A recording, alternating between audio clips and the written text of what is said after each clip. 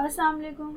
अच्छा जी, हम topic 10 accounting for non current asset and depreciation पे थे, जो कि सेकंड ईयर का लास्ट टॉपिक है, non current asset and depreciation. इसके क्वेश्चन 13 तक जो है वर्क कंप्लीट हो गया था। अब क्वेश्चन नंबर 14 देखते हैं। क्वेश्चन नंबर 14 जो है डिफरेंट है बिल्कुल। उसमें ये कह रहे हैं कि identify the following as capital expenditure और रेवेन्यू एक्सपेंडिचर। हमें आइडेंटिफाई करना है कैपिटल एक्सपेंडिचर को एंड रेवेन्यू एक्सपेंडिचर को। यहाँ पे जो एक्सपेंडिचर दिए गए हैं वो अमाउंट के साथ नहीं दिए गए हैं, मतलब एक ट्रांजेक्शन्स के फिगर में दिए गए हैं। भाई इनमें से हमें ये आइडेंटिफाई करना है कि कौन से कैपिटल एक्सपेंडिचर है, कौन से रेवेन्यू एक्सपेंडिचर है। तो ये आइडेंटिफाई करने के बाद हमें करना क्या है कि अगर हम जैसे कि फॉर एग्जाम्पल हमने ट्रांजेक्शन देखा, हमें पता चलेगा भाई ये रेवेन्यू है, ये कैपिटल है, लेकिन हमें इसका करना क्या है। तो हमें इस तरीके से एक कॉलम ड्रॉ करना है, जो एक साइड होगी कैपिटल एक्सपेंडिचर और एक साइड होगी रेवेन्यू एक्सपेंडिचर की।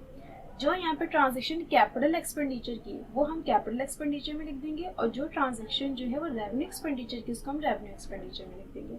सबसे पहले हमारे पास ये कि purchase new battery for an older model vehicle. ठीक है, मतलब एक न्यू बैटरी को परचेज करा है किसके लिए? ओल्ड मोटर व्हीकल के लिए। मतलब एक पुरानी गाड़ी थी, ठीक है, एक पुरानी मोटर गाड़ी थी जिसके लिए न्यू बैटरी ली है। अब देखिए फॉर एग्जाम्पल आपके पास ऐसी कोई चीज़ है जिसमें बैटरी फिट होती है, ठीक है। अब आप ये कह रहे हैं यार इसकी बैटरी ख़राब हो गई है और ना ये बस 1-2 महीने ही चलेगी, लेकिन अगर इसमें न्यू बैटरी हम लगा दें तो ये फिर 1-2 साल जो है वो खींच लेगी, 1-2 साल तक ये चल सकती है। तो न्यू बैटरी जब एक ओल्ड मोटर गाड़ी में या किसी भी चीज़ में, ये किसी भी मशीन वगैरह में हम कोई भी ओल्ड मशीन हो और उसमें न्यू बैटरी हम फिट कर दें तो उसकी लाइफ इंक्रीज होगी, उसकी इफिशियंसी में इम्प्रूवमेंट आएगी, बिल्कुल आएगी। तो फिर ये क्या हुआ? ये हुआ कैपिटल एक्सपेंडिचर। वो एक्सपेंडिचर जो फिक्स एसेट की लाइफ को इंक्रीज कर दे या उसकी इफिशियंसी में इम्प्रूवमेंट लाए, वो कैपिटल एक्सपेंडिचर होता है। इसलिए नंबर 1 लिख के आप ये लिख दीजिएगा, purchase new battery for an older motor vehicle. Full transaction आप ये लिख देंगे। मैंने यहाँ पे लास्ट में इसलिए लिखा है क्योंकि मैं ये ट्रांजेक्शन बाय मिस्टेक भूल गई थी, ठीक है, इसलिए मैंने इसको लास्ट में लिखा है। लेकिन आप ये सीरियल नंबर डाल देगा कि भाई ये जो 1 थी ना वो मैंने यहाँ पे लिखी कैपिटल एक्सपेंडिचर में, purchase new battery for an older motor vehicle, ठीक है। सेकंड में कह रहे हैं replace hard disk of office computer which double it's storage capacity, ठीक है। रिप्लेस का मतलब होता है कि फॉर एग्जाम्पल एक चीज़ लगी हुई है और हम उसको दूसरी चीज़ से मतलब चेंज करते हैं। फॉर एग्जाम्पल कि जैसे कि फॉर एग्जाम्पल कि एक मशीन उसमें बैटरी लगी हुई, अब मैं उसको न्यू बैटरी मतलब उसमें मैं न्यू बैटरी लगा दूँ तो मैंने बैटरी को रिप्लेस कर दिया, ठीक है। तो एक मतलब एक चीज़ हटा के दूसरी चीज़ वहाँ पे फिट कर देना, ये होता है रिप्लेस। तो उन्होंने कहा है कि एक हार्ड डिस्क को रिप्लेस किया है जो ऑफिस कंप्यूटर का था, जो कि डबल कैपेसिटी है, डबल स्टोरेज कैपेसिटी है, ठीक है। तो इसने भी तो अच्छा इसने लाइफ तो नहीं बढ़ाई चले, लेकिन इफिशियंसी में इम्प्रूवमेंट तो आ गई ना, ठीक है। एक कंप्यूटर है उसकी हार्ड डिस्क जो है वो सिंगल स्टोरेज कैपेसिटी है, ठीक है। ये फर्ज कर लें कि एक हार्ड डिस्क है उसकी सिंगल स्टोरेज कैपेसिटी है। अब नहीं आ रही उसमें चीज़ें और जो है ना वो हैंग हो जा रहा है, ठीक है। लैपटॉप वगैरह का आप ये फर्ज करें कि लैपटॉप में जो है ज़्यादातर ये होता है कि लैपटॉप में लोग इतनी चीज़ें वगैरह जो है वो भर लेते हैं कि उसकी जो मेमोरी होती है वो फुल हो जाती है, और हमें न्यू एक हार्ड डिस्क की जो है वो नीड होती है जिसमें डबल स्टोरेज कैपेसिटी हो।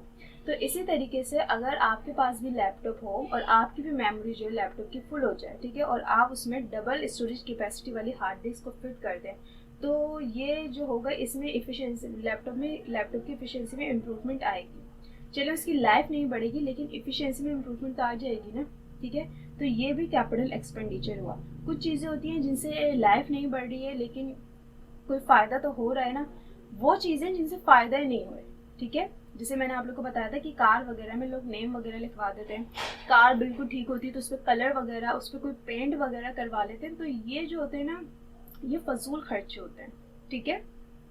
ये एक्स्ट्रा ऑर्डिनरी एक्सपेंसेस होते हैं, ठीक है। तो वो एक्सपेंसेस जिनसे कोई फ़ायदा ना हो, मतलब कोई आपकी मशीन है उस पर फॉर एग्जाम्पल आपने कोई पेंट वगैरह करवा दिया, उससे कोई फ़र्क पड़ा, वो क्या हमें अच्छे कपड़े सी के दे रही है? बिल्कुल नहीं, ठीक है। तो ऐसे एक्सपेंडिचर जिनसे हमें कोई फ़ायदा ना हो वो रेवेन्यू एक्सपेंडिचर कहलाते हैं, और वो एक्सपेंडिचर जिनसे लाइफ भी बढ़ रही है, फिक्स एसेट की इफ़िशियंसी में इम्प्रूवमेंट भी आ रही है और बहुत फ़ायदेमंद भी है वो हमारे लिए, तो फिर हम क्या करेंगे, उसको कैपिटल एक्सपेंडिचर में डालेंगे, ठीक है। तो ये जो सेकंड ट्रांजेक्शन है ये कैपिटल एक्सपेंडिचर में आएगी क्योंकि इससे फ़ायदा होगा, ठीक है। सो ये भी हमने लिख दिया, replace hard disk of office computer which double it's storage capacity. इसकी बात है transfer charges of a newly own building. देखिए कोई चीज़ वगैरह होती है ना, फिक्स एसेट वगैरह, तो वो जो हम खरीद रहे होते हैं ना उस पर इंस्टॉलेशन चार्जेस होती है, और हमेशा आप देखते हैं कि इंस्टॉलेशन चार्जेस कैपिटल एक्सपेंडिचर का हिस्सा होता है। तो इसी तरीके से जो बिल्डिंग होती है वो किसी ऑनर या किसी भी पर्सन से खरीदी जाती है तो वो उनकी नेम होती है, ठीक है, उनके नाम होती है, फिर हम अपने नाम ट्रांसफर करवा लेते हैं, ठीक है। बिल्डिंग वगैरह जो प्रॉपर्टी होती है उसका तो यही होता है ना प्रोसेस, वो किसी और के नाम है, फिर हम उस बिल्डिंग को ले रहे हैं तो वो हमारे नाम हो रही है। तो हमारे कोई भी बिल्डिंग आप खरीद रहे हो और वो आपके नाम हो रही है, उसमें आपके जो खर्चे हो रहे हैं, ठीक है, वो भी आपका जो है वो कैपिटल एक्सपेंडिचर कहलाएगा, क्योंकि वो फजूल खर्ची नहीं है, ठीक है, वो एक्स्ट्रा ऑर्डिनरी एक्सपेंसेस नहीं है, तो वो भी आपके क्या कहलाएंगे, वो कैपिटल एक्सपेंडिचर कहलाएंगे। तो कोई चीज़ अगर आप खरीद रहे हो तो उस पर इंस्टॉलेशन चार्जेस जो है वो अप्लाई होती है, और जो बिल्डिंग वगैरह आप खरीद रहे हो उस पर ट्रांसफर चार्जेस लगती है, तो इसलिए ये भी कैपिटल एक्सपेंडिचर है। तो transfer charges of a newly on building, या आप कैपिटल एक्सपेंडिचर में लिखेंगे, ठीक है। अब आप लोग देखेंगे रेवेन्यू एक्सपेंडिचर तो आएगा, चले आगे देखते हैं। Paid annual motor vehicle tax, एक एनुअल जो है टैक्स जो है पे किया गया है, तो इससे तो अगर आप देखें तो इससे यार कोई फ़ायदा नहीं होगा, ये जो टैक्स वगैरह ये तो और मज़ीद खर्चे होते हैं, ठीक है ना, क्योंकि बहुत से अब ऐसी जो चीज़ें होती हैं ना उस पर बहुत टैक्सेस आ गए हैं।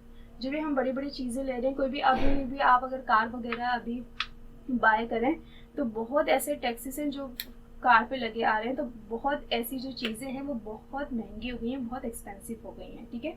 तो ये जो टैक्स वगैरह होते हैं इनसे ये कैपिटल एक्सपेंडिचर में इनको हम काम नहीं कर सकते, ये रेवेन्यू एक्सपेंडिचर होते हैं। तो paid annual motor vehicle tax आप क्या लिख देंगे, fourth paid annual motor vehicle tax आप लिख देंगे रेवेन्यू एक्सपेंडिचर में।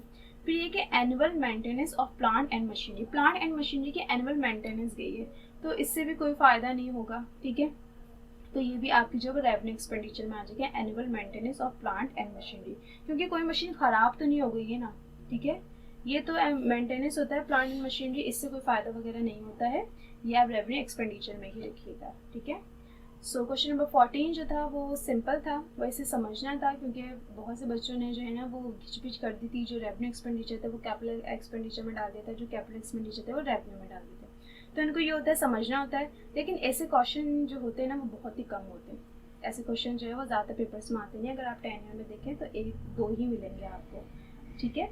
तो लेकिन इस टॉपिक के स्टार्ट में आपको ये समझना होता है कि कैपिटल एक्सपेंडिचर क्या है और रेवेन्यू एक्सपेंडिचर क्या है, क्योंकि अब तो ऐसा है कि हम वर्डिंग देख के पहचान सकते हैं कि क्या कहना चाह रहे हैं, ठीक है। इतना तो हमें ये सेंस आ गया कि हम जो है अगर फिर भी इतनी इंग्लिश नहीं आती है, बहुत से स्टूडेंट्स ऐसे होते हैं और मैं भी हूँ जिसको ज़्यादा इंग्लिश नहीं आती है, तो ये फिर कंफ्यूज हो जाते हैं कि यार ये क्या कह रहे हैं। तो बस ये समझ लें कि कैपिटल एक्सपेंडिचर क्या है और रेवेन्यू एक्सपेंडिचर क्या है, बस हमें ये पता चल जाए ना, इनके कॉन्सेप्ट क्लियर हो जाए तो बस फिर हम जो है वर्डिंग को देख के पहचान जाएंगे कि रेवेन्यू एक्सपेंडिचर है कैपिटल एक्सपेंडिचर है। सो क्वेश्चन नंबर 14 जो है वो आप लोग का कंप्लीट हो गया है।